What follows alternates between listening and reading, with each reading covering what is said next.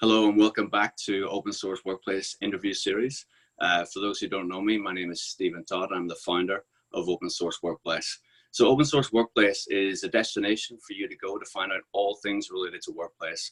Our goal is to be able to answer every question that you may have related to workplace. We're not there yet, but we're in the process of building that. And part of that is to bring to you experts in the field of workplace. And today we're joined by Luc Kamperman. Luc Kamperman has been a consultant for activity-based working for many, many years. He's an expert, someone who I've listened to, someone I've experienced talk about the subject, and is probably one of the most experienced professionals that I've actually met. So I'm going to ask Luc just to say hello and introduce himself, and then we'll go forward with the interview from there. Thanks, Steve. Thanks for the introduction, and I really am happy to join you today. Quick introduction, Luc Kamperman, originally from the Netherlands, born, raised, studied, got my master's in general business management. I joined Veldhoen company in 2002, so I've been there for more than 17 years now. About 8 years ago, I became one of the managing partners of Veldhoen company. I've set up our offices in Sydney, Australia, to explore the opportunities in the Australasian market for activity-based working.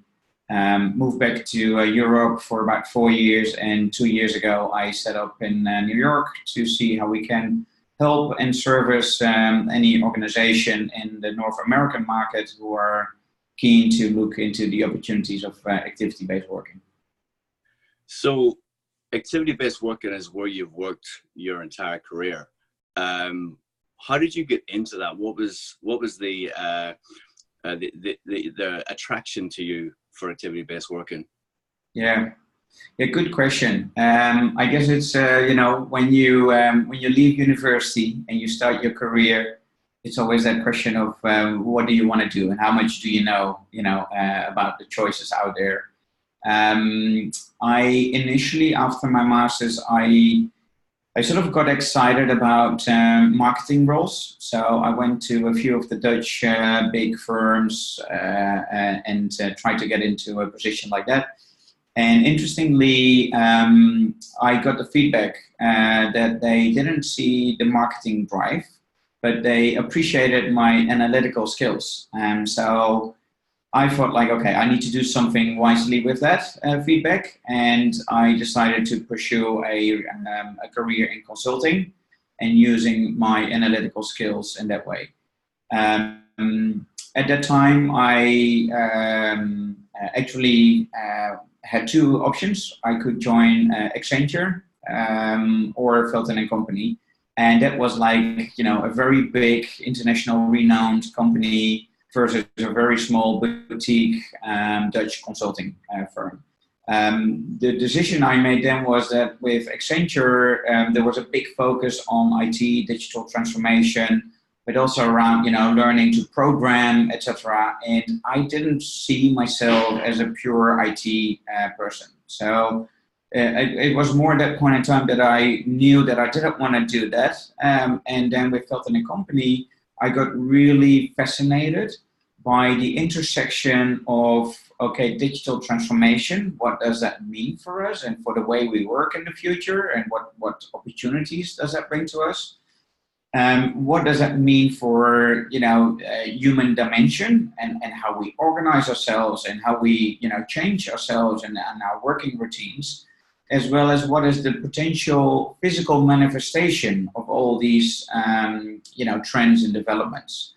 And so the intersection of those three and Veldhoen company renowned itself in the early 90s already by focusing on that, got me really interested. And in all honesty, it still fascinates me, and it hasn't bored me at all. So yeah, that's where I started. Yeah, no, my next question is going to be like, what has kept you there? But you just answered it there. It's just basically I have to imagine the variety of organizations that you see, the culture, the people, location, geography, everything, all that must keep you intrigued every time you engage with a client. Yeah, now spot on.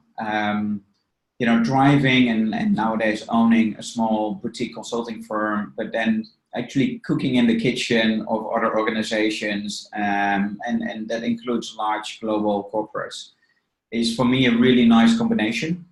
In all honesty, after 5 years felt in the company, I did look for other career opportunities. But then I had an opportunity to do a project that I'm still very proud of. That was Macquarie Bank in Sydney, Australia. And that, gave me new perspectives on opportunities that I saw for myself. And I decided to set up an office in Sydney. And, then a few years later, I could participate in a management buyout and become a partner in the company. So it just, followed from there. No, and going back to the Macquarie Bank, I think it's almost been a poster child, one for activity-based working, but also workplace. Just that whole reimagination of what workplace is and what the transformation that they are actually able to achieve there at Shelley Street is phenomenal, and it's still talked about, all over the world. And obviously, I work with Ray Mays, who was part of that project as well, and obviously that sort of influences a lot of what we do. But sort of taking a step back, with sort of there's a lot of confusion, I guess, not confusion, but sort of mischaracterization or definition. But for you, what actually is activity-based working? Yeah, thanks for that question, because I do appreciate that it needs a little bit more education in the market in general. To me, activity-based working is a business strategy. It is a business strategy in which we try to help organizations to build in more resilience in how they respond and be proactive to what they need to do in their markets, in their context. And the business strategy is based on the idea of empowering individuals and teams to do what they think is the best and is the right answer to that context. And we empower these individuals by sort of using the simple nudge of being able to work anywhere, anytime. And by trusting people to do their best and to be very clear on, what is the common purpose, what is the outcome that we are managing on, move away from the line of sight management. And we've heard about this more, but it's still, much around us. And I think we have the opportunity to step away from that even more. The technology is there to help us to do so. It's now primarily sorry for the light, a switch in mindset that helps to do that. In practical sense, and that is, I think, what is known in the market and what a lot of people refer to, there is the physical manifestation of what that could mean for our offices. And yes, then we can create offices that really focus on the different activities that we perform, that moves away from role or status or anything like that. It is really focusing on the activities that we perform to deliver, service and products to our clients. But it is not an office concept. And I think in the early 90s, when we founded this whole sort of thinking in the Netherlands, it was new. We introduced it to the market. When I started in 2008 to bring it to the Australian market, no one else was talking about activity-based working. It was just not a terminology being used. What I see now is that, of course, with globalization, etc., the terminology has traveled the oceans. But more and more I hear people talking about it, and I think they do it sort of without the right context. And it is too much a focus on it being a office concept solution.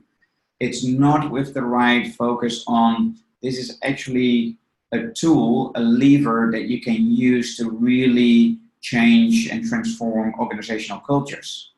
And that is at the same time the missed opportunity and my passion, why I want to be here in the North American market and sort of see how we can help, organizations to not only have, bronze or silver, but to go for gold. No, I mean it's a great it's a great answer, because in essence a lot of people do take it as it's purely what is my seat? I have an assigned seat or an unassigned seat, but and obviously it goes a lot more beyond that. But how do you say it would differ? Because a lot of words we hear today is agile working. How do you think the two are similar, dissimilar? What's your view? Yeah, no, that's also a very good question. You've done your research very well, I have to say. I do this every day, man. Come on. Yeah, no, exactly. We know what we're talking about. Now, there is indeed, in sort of in the past 5 to 10 years, past decade, we have seen the rise of, activity-based working becoming more a common, terminology, and when people refer to workplace strategy. But we also have seen the rise of agile methodology. And Agile has emerged predominantly in IT initially. It was sort of a less rigid project methodology. It's based on, developing software better and faster in a more iterative way and more nimble. And that can be applied actually nowadays into other areas than just IT. And that's what we see happening at, the organizations and the clients that we're dealing with. If in a lot of our projects, we had this same question, and we still get the same question, like, okay, you've got activity-based working here, and then we've got agile here, and they are seen as two separate different things. If you really look into, which of course we did, into the Agile manifesto, there is in the basics and in the values behind activity-based working and the Agile manifesto, there's a lot of overlap. It's about it's about collaboration. It's about self-organization. It's about more freedom to teams to figure things out that they need to deliver. And so, in essence, they can absolutely coexist. And I would even go further. I think if an organization, and then again, it's not activity-based working as an office concept, as a physical concept, but an organization that really has adopted an activity-based culture and a way of thinking, it is a catalyst for also then applying or benefiting from agile methodologies in a good way. The key difference is that activity-based working in its core is empowering an individual, anywhere, anytime. And the Agile manifesto focuses on a team of 8, 10, 12 people. And so the units are slightly different. And I think that's something where we have to marry them up and see what that actually means in practice and how you want to, go about this.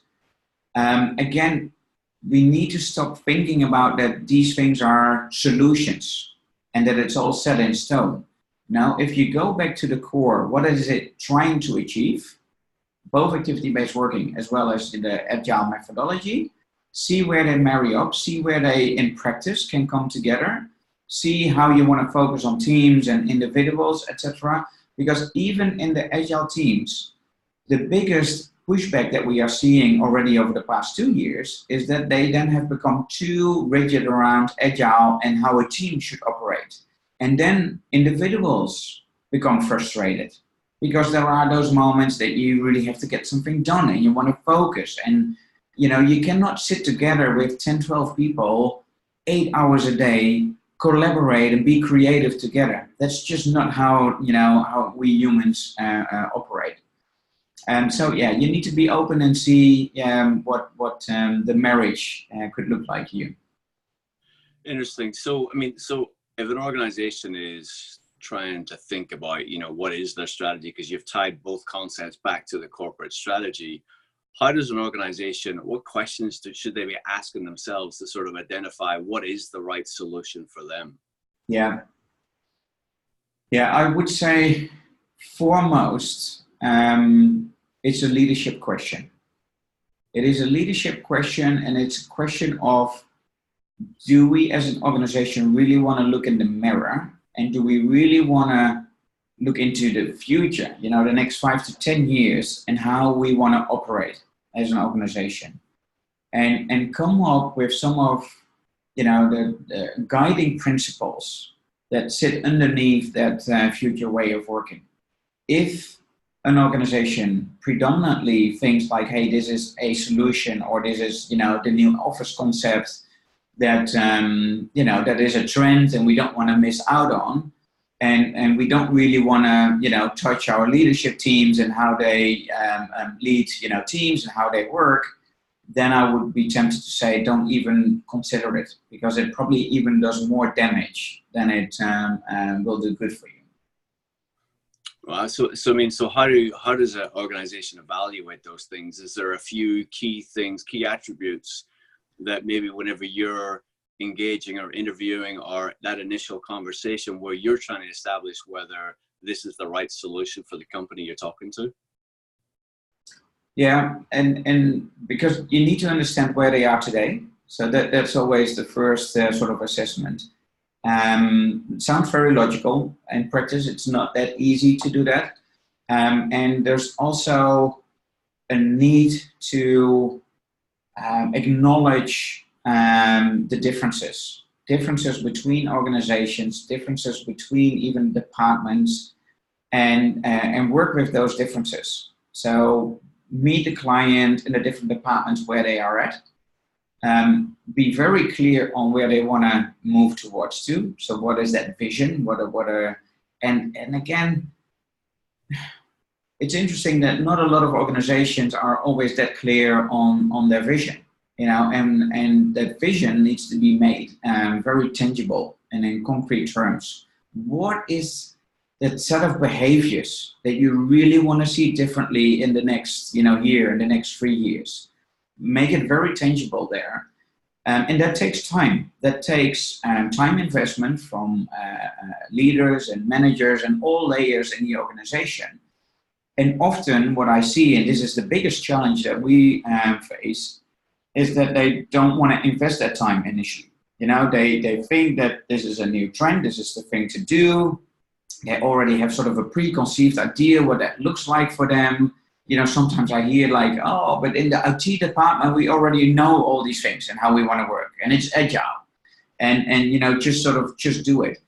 But we really hold the line there, and we say like, okay, if you're not investing the time, and if you don't really want to understand where you are today and understand the differences between different areas of your organization, and deal with that and see how they all can make a step forward towards that vision that you have, it's going to be very difficult, and it's probably more of a a makeover on the surface and with a nice look, modern office, but the routines and how we collaborate, etc., hasn't really changed. Yeah, and I guess to that point then, should it be a total organization overview strategy, or do you think it's best to start with an iterative process where you go through different stages and you almost help the organization build the confidence to see the rewards, so that the leadership, but also the employees sort of buy into the concept? Yeah, good point.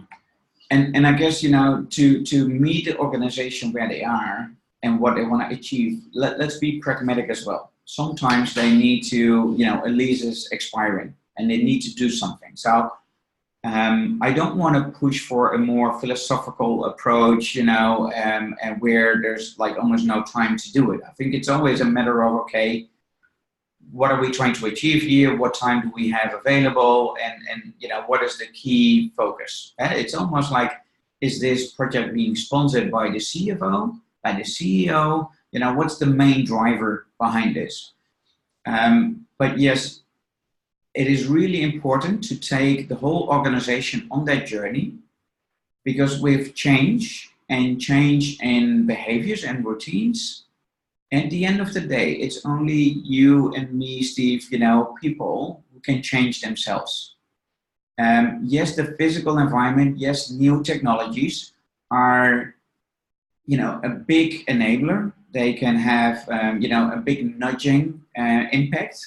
But I've learned so many things over the past 17 years that changing those environments in itself is not going to solve it all for you.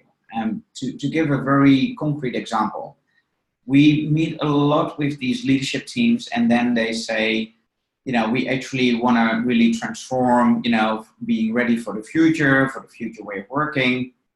And about 95% of those aspirations initially are about, we want to generate more collaboration and more cohesion within the organization, and primarily across silos. Another, term that they like to throw out there, like we're too siloed. Practice has taught us that if you only change the physical environment, or you bring some new tools in place to make that all easier and smoother, and you don't focus on behaviors and leadership styles and on performance management, you're not going to change some of those collaborative activities. You can still be a very siloed organization, in a very open office environment. And that's why I also say, this is not about open office environments. Activity-based working is about finding the right solution for the right set of activities, for the right sort of culture that you want to create. It can be as open or enclosed as you see fit for how it supports you, working in the future. But you need to work on that working culture, and to be able to work on that working culture, it is top down, it is bottom up, and it is working with the middle layer. You cannot leave one or the other out. So how do you so obviously whenever you go into an engagement, you're actually having the conversation with the leadership team, I imagine, in most instances. So then how do you then bring in that bottoms up approach? Is it done through an engagement, or when's that typically done?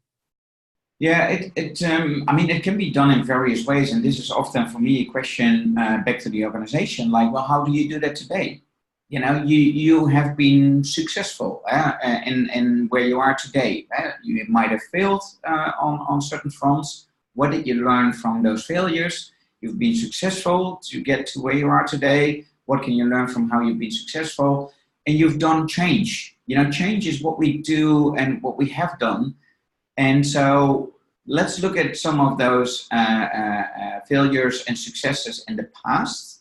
Let's understand how you run your organization today. Because I can say, hey, I've got some tools here. We can do a survey. We can do an observation. We can do interviews. We can do workshops. There's all sorts of forms. But what is the right way to do it within your organization? Actually, what's happening already today? Because these organizations are constantly on a journey and sort of a change journey. So often I say, don't do activity-based working for the sake of activity-based working. You're doing it because you try to leverage activity-based working for a transition that you're already on.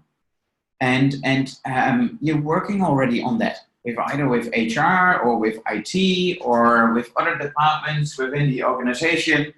And so leverage that, and let's use already what's in place and what we can use, and the platforms as well. Yeah. No, obviously very efficient lighting there where you are, but that's kind of funny.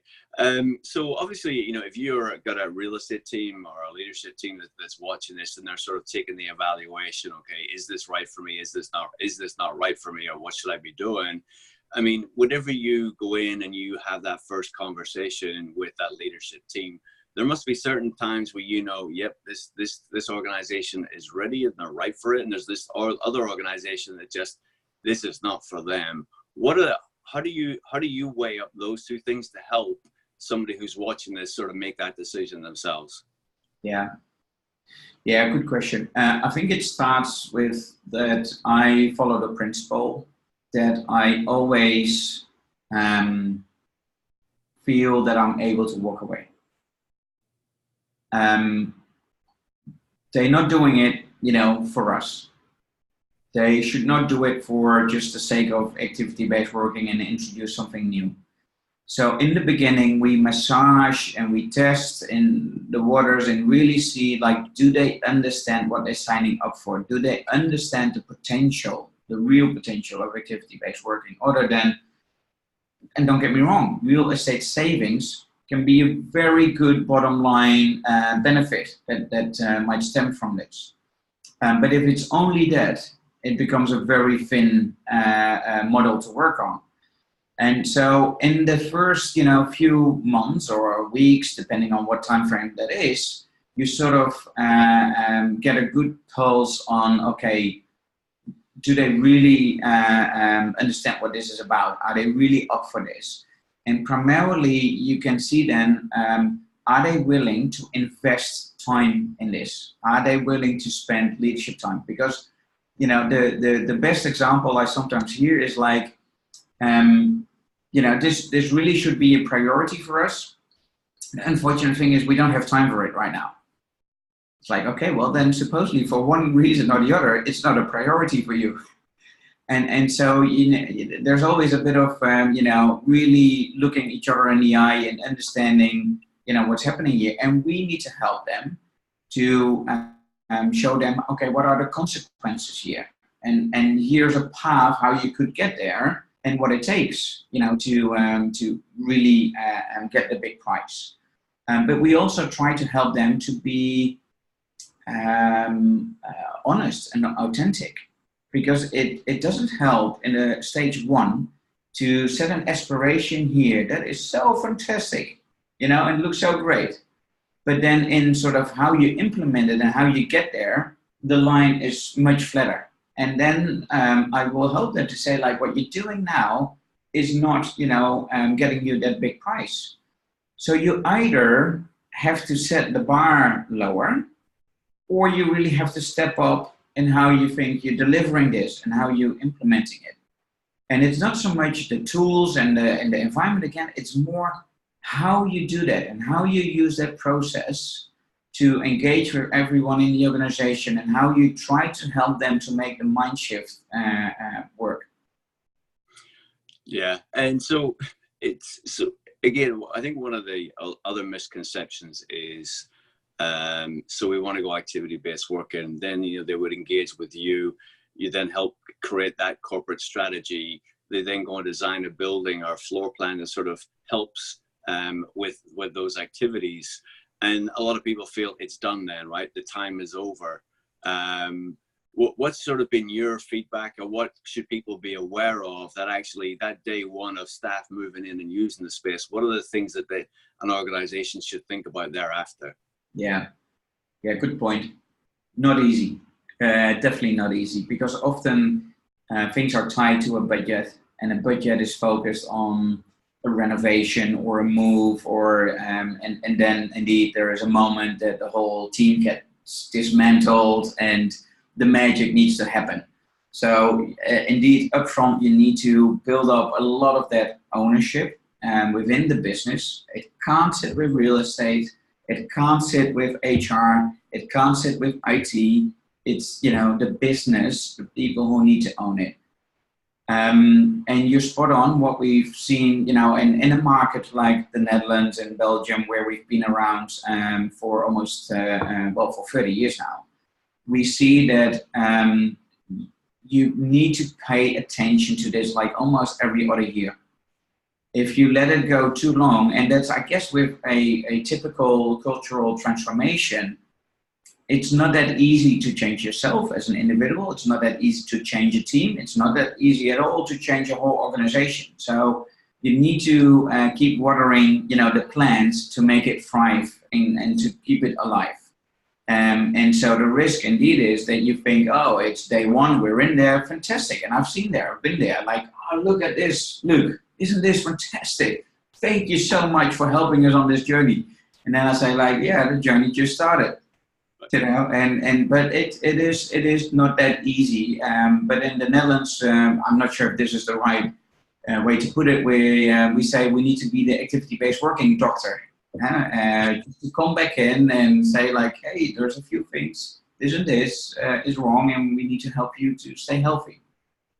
Yeah, no, I just imagine that a lot of people feel it's done, and to your point, right, it gets handed over. It's interesting as well that it's not actually the real estate or HR or technology team that you're recommending actually own the process. Actually, it's got to be the business, because imagine as business strategies change, so does your activity-based working demands change, and then all those other support functions have to sort of adjust to sort of facilitate that new strategy, you know. But obviously you've done a lot of work in Holland and Belgium, you just discussed. We've talked about a little bit about Macquarie. You built up the business in Australia, and now you're here in the US.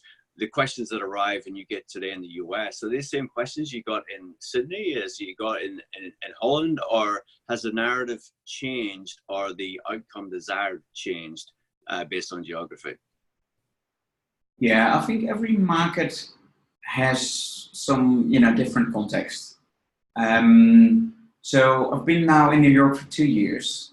I noticed what I said at the beginning, that the terminology activity-based working already sailed the oceans.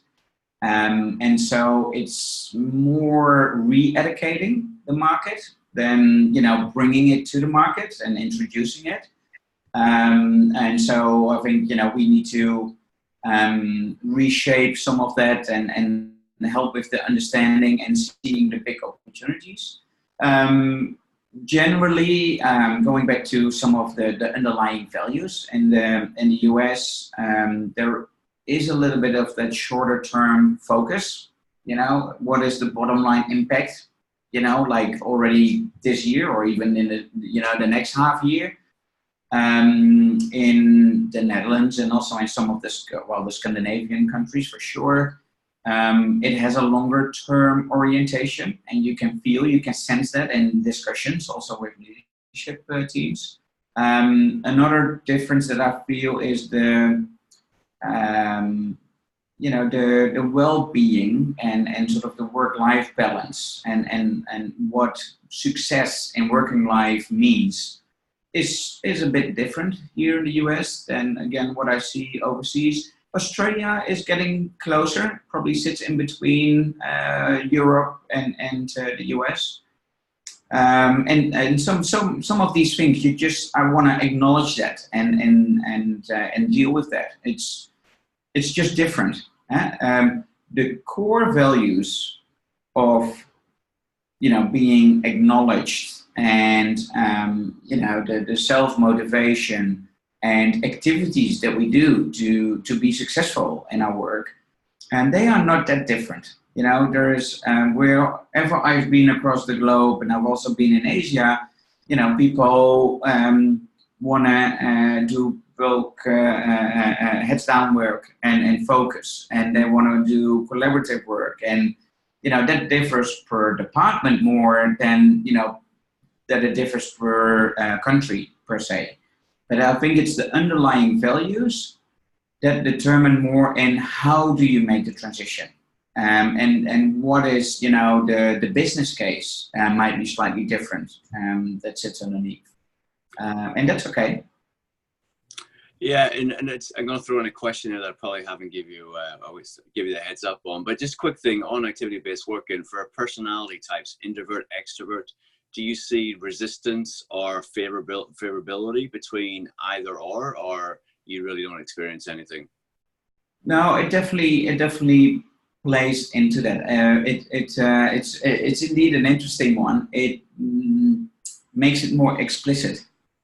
So, I mean, we've got introverts, we've got extroverts, and they already deal with things differently today, and with change, and there are the loud people out there or the quiet people in the corner, and they all add value.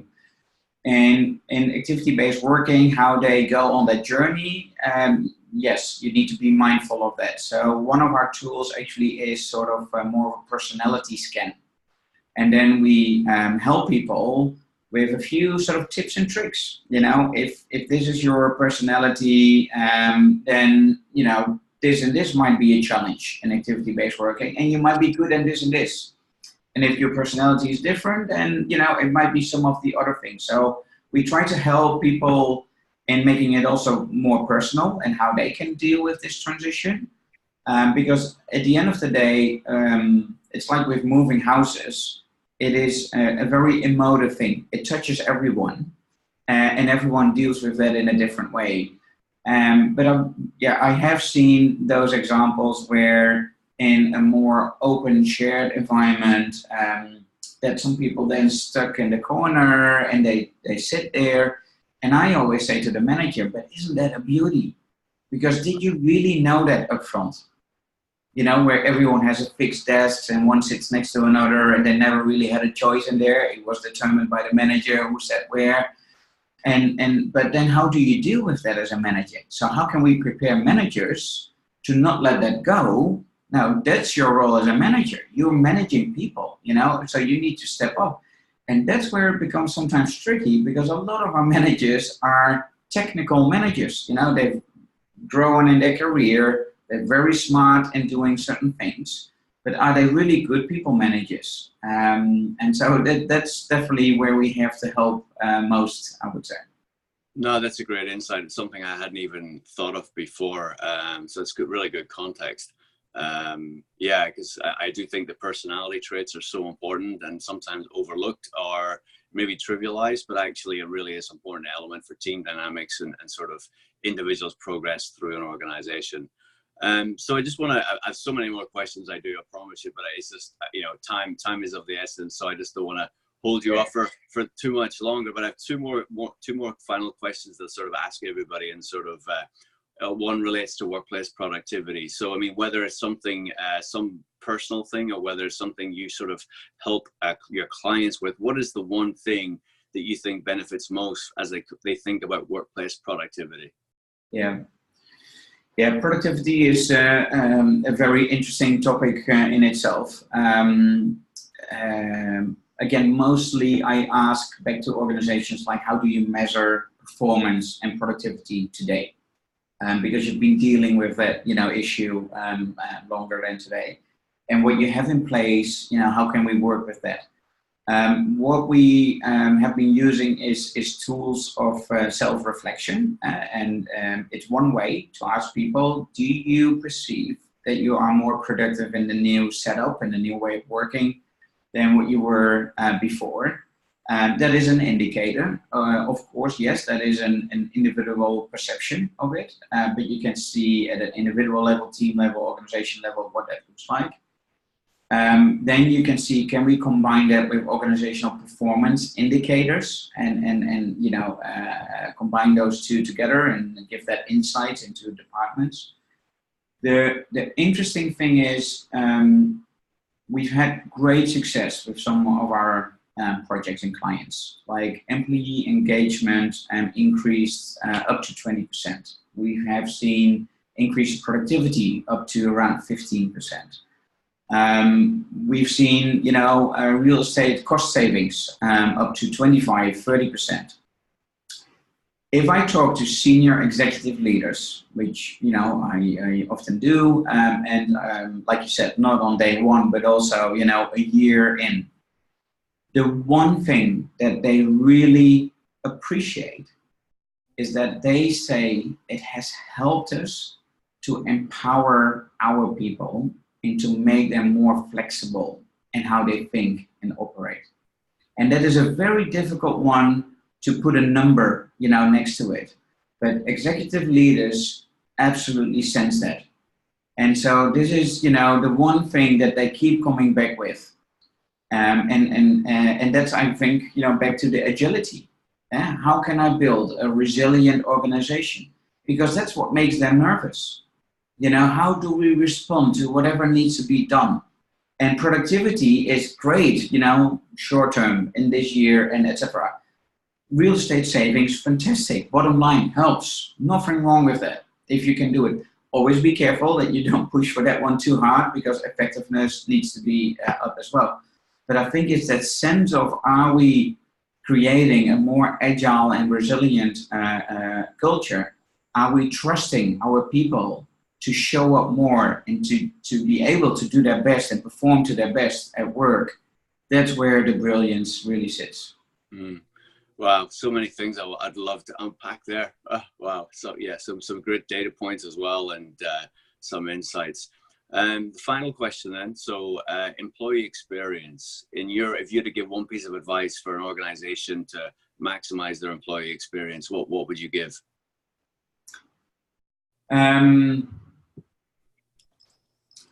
Employee experience can be measured. We for the past 7-8 years, we've been using the global Leesman index a lot for this, next to some other tools that we have. But the key point here is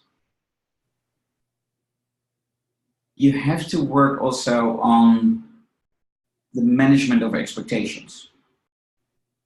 And to give you a very simple example that I actually got from Tim Altman, who is one of the founders of the Leesman Index. If you have an iPhone and you're really happy with that iPhone, but then you realize that next week a new iPhone comes out, your expectations of what this thing is and how it can help you changes based on what you know is out there. Has this thing changed? Not at all. It's doing the same thing for you as it did yesterday. And the same thing is a little bit with the whole workplace experience. You can take the organization on their journey. You can help people to sort of know, why are we really doing this? And what is going to change? And why is that important to us? And then, yes, there's a bit of a psychological element there. You also change the expectations that come with it. And so when they judge then, at a point in time, the new situation, they don't only do that of what they see or whatever tool they got. They do that because they've been on a journey and they are thinking differently, and they have changed their routines. So the context has changed quite a bit as well. And that is very important when you think about the total employee experience. It comes from HR, it comes from the leaders, it comes from the new tools, the new space. It's the whole experience. No, wow, thank you so much. And, as you know, I'm a big fan of Leesman as well. We actually have all their content indexed and links through. We've even done some animated videos of some of the Leesman content. So yeah, they're great. So I appreciate that insight and the fact that you have to take everything together. It's a collective and it's not an individual thing. But that's really good. But look, thank you for your time today. For anyone who's interested in learning more about Luc is very kindly, he's created a profile in Open Source Workplace. So you go onto the website, OSW list, Luc is there. If you want to connect with him, feel free to go through, connect, send him a note, send him a message. If you want to get some of his service, click on the quote button and send him your scope of work. But please share, like this video. We will continue to bring you more of these type of interviews. But great insights today, Luc. So thank you and I appreciate your time. More than welcome. Always nice to connect with you.